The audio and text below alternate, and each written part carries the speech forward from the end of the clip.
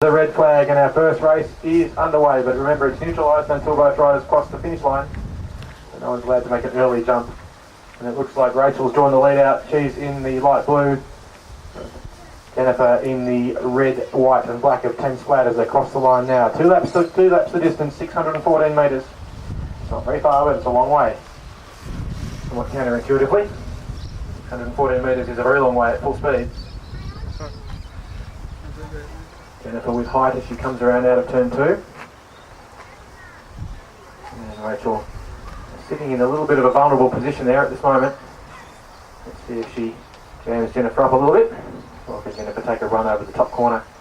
Oftentimes on this track the move is made coming out of turn 4, and you can see Jennifer just starting to pick the pace up around the outside now. A bit of a seated acceleration. Will she use the height to her advantage? The bell rings. Rachel has the line. Jennifer's going to have to come around. Again, Rachel did qualify almost half a second faster.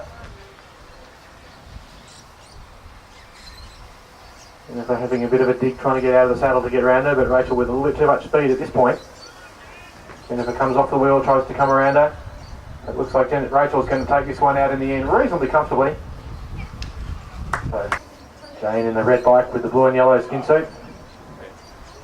And Rebecca in the black on the red and white specialised. Oh, that joke, Carlos. That joke. It's Jane's third time here racing the series. Yeah, it's a pretty terrible Pretty joke. good riding the track. Just for when you're watching this later, Carlos. Not giving the other rider a lot of room. We'll see if Rachel can escape the press that Jane is putting on her at the moment, not giving her much room to move. B-grade riders need to start getting themselves ready. I'll have to hand over the microphone fairly soon to anyone who wants it. I'd love to, but... How about Emily Appolito? She looks like she could be a commentator. She's got a mouthful of sandwiches or something. Jane at the moment with Rebecca pressed up against the fence, not giving her any room to move. The pace just starting to pick up now. Rebecca's starting to ramp it up as she comes around through turn 3. Jane responding by holding her up high. That's a nice aggressive riding there from Jane as she makes a jump down into the lane. And the shortest distance is the inside line if Jane can hold it, stomping on the pedals. Rachel's got to come the long way around. 200 metres now to go as they cross the line. Jane just starting to stretch it out a little bit. Can Rachel make the distance around the back straight?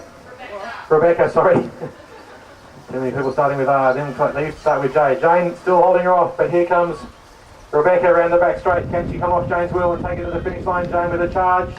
And Jane by half a bike by the look of it to me. Well, Ben Schofield, Merv Tracy. A couple of veterans, I mean that in the nicest sense of the word. There's a non-nice sense? Ben has ridden with us before, not every round. Merv has ridden most rounds.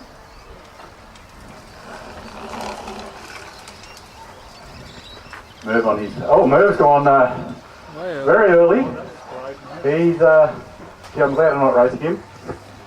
He's gone with 500 metres to go, so it's ending up in a 500 metre time trial here. Ben hasn't quite got up to Merv's wheel, but he will get a little bit of draft even back a couple of bike lengths. Now he can sit on and let Merv lead him out. So they come round, they've got the bell, they've got a couple hundred metres to go. And Ben just timing himself to when to come round out of the Merv's draft. Merv having a look under his armpit, I think, to see where Ben is. And here comes Ben. He's come around, he's got a bit of height and will probably get some run off the bank with a little bit of wind assistance too, possibly. And rolls over the top of Merv and takes the win. Brave move by Merv. Good chase by Ben. And I think both still in E4. It's fair to say that there's a little bit of a gap in experience here, John and Sam, but Sam did qualify quicker, I think. He did. No, he didn't. No, there was almost a second difference between John and Sam, but seen Sam over at Disc on a Friday night, and we did some little baby match sprints with him, and he's a clever rider. And very skillful little rider, as he's showing us now. There's no problem sneaking around the track at barely a walking pace on the bank. I know it's concrete, but it still takes a little bit of nerve to do it. And you can see exactly where John is. John doesn't want to go to the front by the looks of things, so he's matching thrust with parry.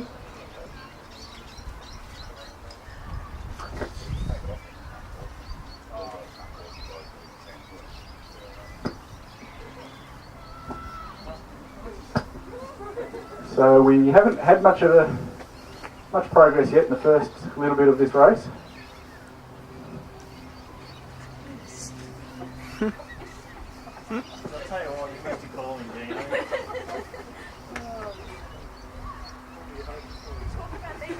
Sam might want to just go up a little higher to box when he's listening, because he has done exactly that.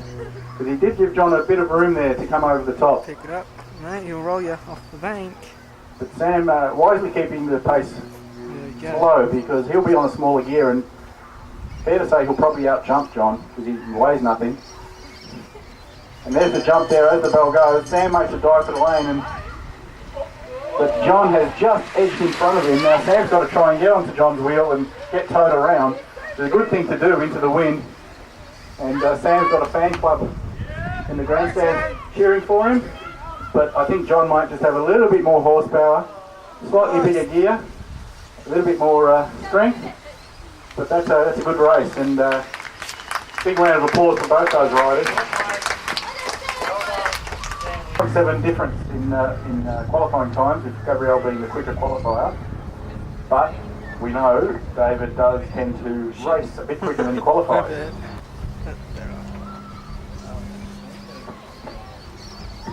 It looks like David's drawn the lead.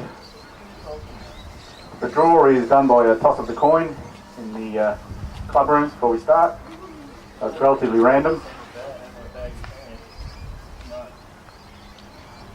Similar to the last race, very slow pace to begin with. Lisa's got her hand on the whistle. Certainly okay, it's certainly a walking pace. It's actually quite a brisk walking pace. So they're quite close. Dave, not quite having Gabrielle right up on the fence. She certainly has plenty of room to roll past David if she wants to. And as they come out of the bend, the top rider tends to do that without possibly even wanting to, because they are higher, they get more of a runoff, and you could find that the top rider just rolls past. So in those circumstances, the lower rider often just picks up the pace just a little bit as they're about to exit the bend, to make sure that the above rider isn't going to just roll over them and go for the gas. So a lap and a quarter to go. Gabrielle's just taking a little bit more height. David goes up with her. And in the end, it's David who makes the first move, diving sharply down into the lane, grabs the bell. Gabrielle trying to come around the outside, not content just to sit there. A little bit of a hook from Dave, nothing too major. Gabrielle just trying to force her way around the outside, and I think as they hit corner 3, this is going to be tight. David will have a shorter run home because of the inside. Gabrielle looks like she may have just a bit more speed and a bit of run up the bank. It's going to come right down to the line. It's a close one. Good ride, guys. I think the top rider got... Excuse number 3.4. 3.4? Jesus, you got a lot of them. When are you guys going to publish that anyway? So we got David and Jared. So up next we have Jared Wilson and David Haas. David Harsey, and David was a former champion of the club. So David's a former champion of the club, and his surname's pronounced Harsey. And there's 3 tenths between the two of them, so this should be quite a tight race. They're both holding pretty close on each other's hip at this point, pushing around to corner 4. David just taking a wheel, taking a bit of height. Jared taking the opportunity and every time making a bit of a head out. It's got about 4 bike lengths, maybe more now. If he makes a big run for home, can David close up that gap? I'm not sure at this stage, but it's coming down. So as I come round corner 4, David's really closed that up. It's going to be very close on the line. They're going to the line together. There's a charge for it. And well, that was too close from this angle to pick. But every week Brit has been improving, and her power is certainly quite magnificent now. So this is really going to come down to that deep track experience, that race skill. And you can see the two of them already eyeing each other off, carefully looking to try and control this race as they come round corner one. The master trying to hold the apprentice up the track, keeping her on their hip, keeping the speed under control. Resolving to hold every last ounce of energy for that final sprint when it finally takes place. Brit keeping some Early run, Carlos, you're going to need to. Carl trying to make sure she can't use it.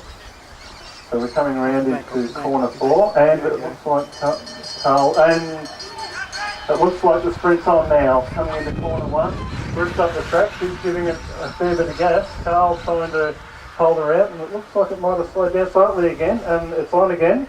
Carl giving it everything now, Brit trying to get into his draft to see if she can come round him. But at this stage, it's looking like she's going to have trouble to do that, and Carl seems to have taken it in. Well done both.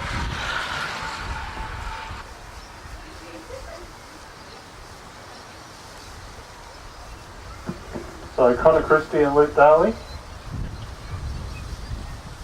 for our first two up in A grade.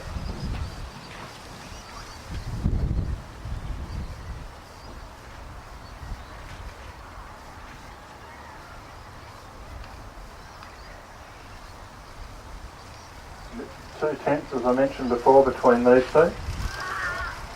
And some good race experience, so it's some interesting racing, I'm sure. Holding each other up on the bank, holding people on the hip, making sure that the sprint doesn't start too early, making sure there's minimal advantage for that height. Two eyeing each other off very closely. First two up in A grade.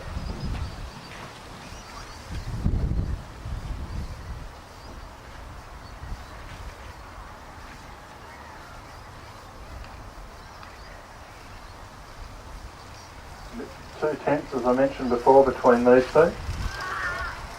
And some good race experience, so it's some interesting racing, I'm sure.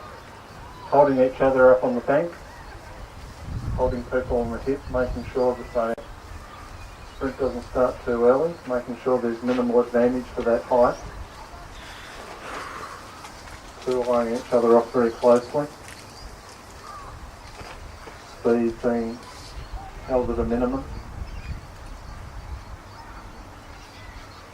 Just feeling each other out, getting a sense of if they can encourage the other to jump, control the race.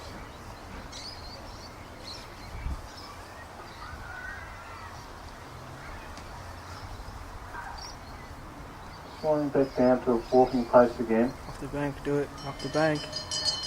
Bell for the final lap. Two continuing to take and just waiting for that right moment for the sprint to start. Drop down underneath him, underneath him, underneath him. Both holding a bit of height Underneath him, do it. and closing it down. Plenty of opportunity in there. Look where he kicks. Closing it down, and it looks like the sprint has begun. They're riding neck and neck around that corner. The speed's really flat out now, and we'll see who can get through first.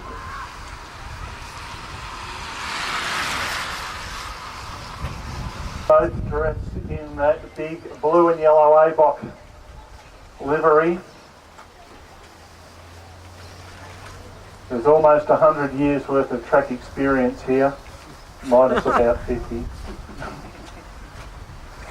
However, the skill is deep indeed. And the competition... Alright, Neil and Dino, how's this going to play out? Looking on the D1 winner. He's giving a lot of room. And the cat and mouse game is now fully engaged. Ooh, Neil's Both taking it early. closely matched. Can Dino pull this out of the bag? Looks like Big Neil's gone early. He's jumped down to that lane and he's giving it a heap of go. Dino chasing closely, going for the slipstream, seeing if he can get that catapult round in the back straight and come round Neil into the front. He's closed down a lot of ground and coming into corner 4, it's going to be close coming, but no, I think Neil's got it. Well done, Neil. Neil had too much. Yeah, wait. So the commissaire waves the red flag for the race to begin. Stephen taking the lower point on the track and Nick Mark up high against the fence. Ooh, elbowing each other. Ooh. Sitting closer on each other's hip, making sure that none of the benefit of the track can, Oh! Next to each other, good on you guys. Bumping a little bit. These two are very fierce competitors.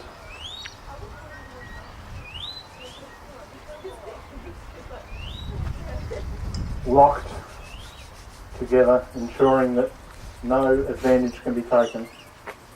We come into corner 3. The medium pace here. And it looks like Stephen's jumped and taken the opportunity, and he's off through corner 4 and now holds the sprinter's lane, and he's giving it every ounce of gas he's got. Nick about 6 bike lengths back now, chasing. Can he get back and pull that back?